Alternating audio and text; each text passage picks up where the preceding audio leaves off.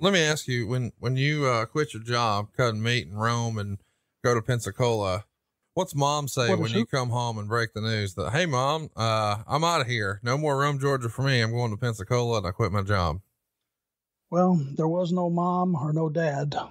Oh, I'm sorry. I didn't realize that. My apologies.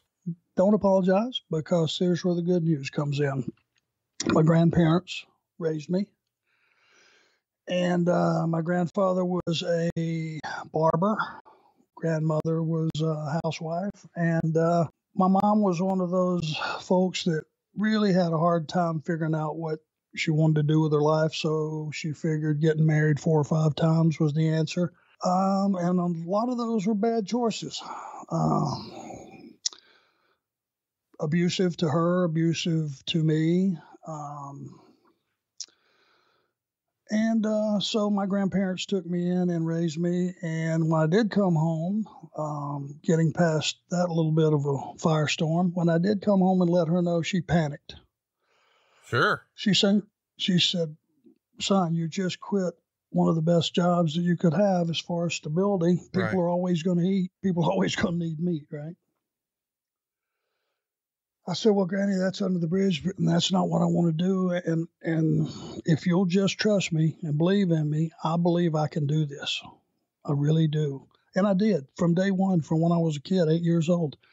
I knew I could do this, and I'd not only do it, but I felt like, well, taking this the wrong way, I felt like I could do it well. Right. And I was already leaning towards the bad guys, you know.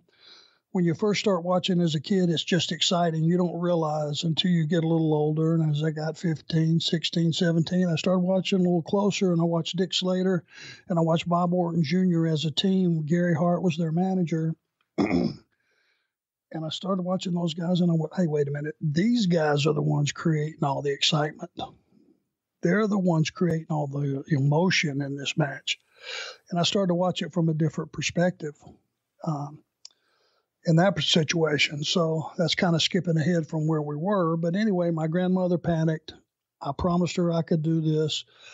It took a little time, but after going to Bill Watts for 5 months, I did get my first break, and it looked like I was going to be able to be true to my word on making it. When you were working the indie shots, in Albertville and Boaz, the small shows there, what name were you using as a performer? Myself. Okay. Marty Lundy. And same when you were on Georgia TV with the Armstrongs? Nope. They gave me some goofy name. It was like Jimmy Verderoso or something like that. Some goofy name. And there might have been once or twice that I did use my legal name. I'm not really sure. I can't remember that far back. I was just so thrilled to be there. But I know one time they did give me a goofy name like Jimmy Verderoso or something. Funny thing, before we get past the Boaz and the Albertvilles, and most people won't believe this, and you tell these kids this that are breaking into business now, that are walking in and immediately are put under contract or being paid to learn how to wrestle and all that stuff. I've actually got paid off in hot dogs. Was the promoter in Boaz named Mickey? He certainly was. Wow. What a small world. Yeah, absolutely. And hey, he said, listen, I can't pay you, even though I just had one of my guys pound the piss out of you. He said, I can't pay you. House is down. Standard fare, right? He said, but I know you got to eat. So and he handed me 3 hot dogs. Well, I took them and I ate them on the way home. The fact is, it cost me $50 in gas to drive down there and back. So, but that's the way things were the old days. I would have wrestled for no hot dogs, no payoff whatsoever. It's how things were done back in the day. And if you could have an opportunity to just get seen and have somebody walk over to you and go, hey, that was terrible, but you did do this one thing that was pretty good. You could take that advice if you had the right, mentality, and use it to your benefit. Because if somebody came across a room that had never met me before and took the time to say, hey, you stunk, but this one thing was pretty good, that was very valuable information in my mind.